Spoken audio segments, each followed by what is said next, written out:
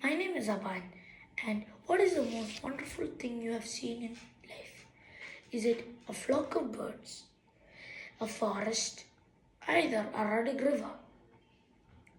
All of those are good. Birds are so cute and beautiful.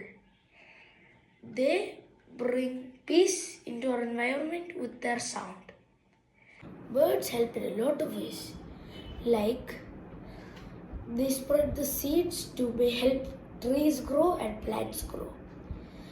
They eat bad bugs, so the ones that doesn't harm trees and plants and flowers.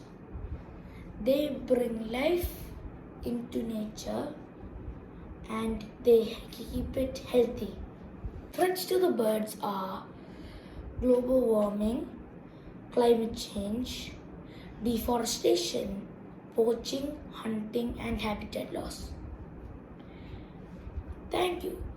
And one more thing to say, if you want to help the birds, we need to make feeders and give them shelter and water. Thank you.